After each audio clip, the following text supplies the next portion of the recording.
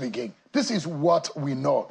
The man that was declared winner is the APC candidate and the governor of IMO said he got a re-election and he won that election as declared by INEC. But this is what we do know. 29.4% was a voter turnout. But what did you find out at the Athena Center when you dug into the result and you found out what exactly really happened in that election? So go to the next slide. So these are the key data from INEC and also from the Freedom of Information request. So against the 771,000 voters that was made to call the result, the Beavers only accredited 541,000 voters. Officially, on the day of election? On the day of election. 541,000. That's what accredited by the Beavers. And on the EC8A, the electoral officers recorded a total of 728,887 votes. On the EC8B, some were cancelled. There was vote inflation. We went to 729,000. But along the line, certain cancellations, we come to 717 at the EC8D, the final votes that was used in calling the result. So this is 541, hold that number, and this is 717,000. So you can see the massive difference. So a lot of almost people, 200,000. Yeah, let's break it down. This is on the election day. Yes. What the Beavers officially, the instrument for accreditation. Accreditation. Fantastic. Yes. And the Beavers emerged from INEC wanting to say accreditation and voting is going to commence almost at the same time. Simultaneously. So you accredit, you vote. So there is no way you could have accredited 541 and 717 will vote. And because usually, no accreditation, no voting. That's usually, the Beavers has a memory. Yes. It captures in its memory. Yes, it's stored it. What is being accredited on the day of election. 541,000. But now there are discrepancies in these figures. Now, downloaded from INEC Viewing Portal, which are the result that has been scanned by the officials of INEC onto the INEC, onto the IREV. So if you go to the next slide, you will see what we saw on the IREV. If we see what we saw on the IREV, sorry, okay. So here we are. No, go back, then go back. So let's continue from there.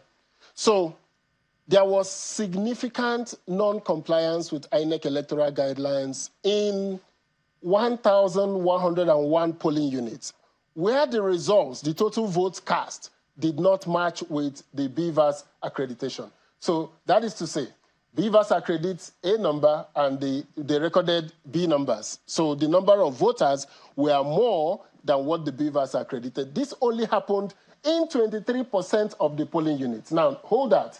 In 77% of the polling units, the results were consistent. The total votes and the Beavers matched. So there was very high compliance. Technology has helped us in Nigeria to say that our votes do really count. Our 73% was compliant. 23.1%, now this is the problem.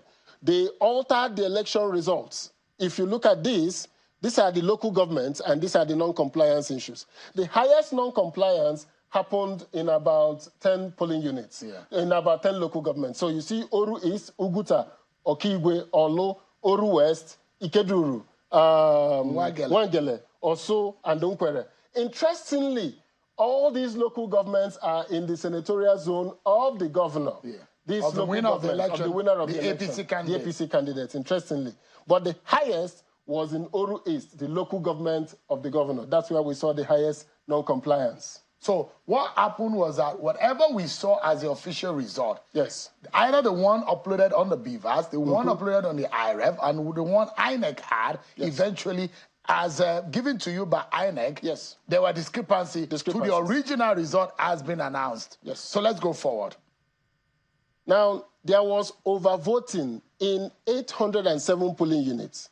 In 875 polling which units. Makes 18.3%. 18.3%. And it accounted for 345,000 votes, 47,560 votes. So these votes substantially impacted the final results. Now, again, where did these votes come from? It came from Oru, Oguta, Okigwe, Oso, and all the Wangele. So this is where these votes came from, where 54% of these polling units with overvoting are in 5 local government areas. 4 of those are in the senatorial district of Olu. So we saw a situation where the total vote cast were higher than the votes accredited. All right, if you look at it from the diagram on the screen, so in blue you will see the Beavers accredited voters. Yes, on the day of election, the blue. Yes. Yes. So, and you will see as against the EC8A vote cast, which is supposed to be the votes. It's supposed to tally. It's supposed to tally. But unfortunately, yes, they are not tallying. So you will see the increase, which gives you the 347,000. I mean, the 18.3% unaccounted for, which we could not validate. We could not validate. Officially. So what that means is that by the INEC rules, once the votes are more than the Beavers accreditation, you cancel that polling unit.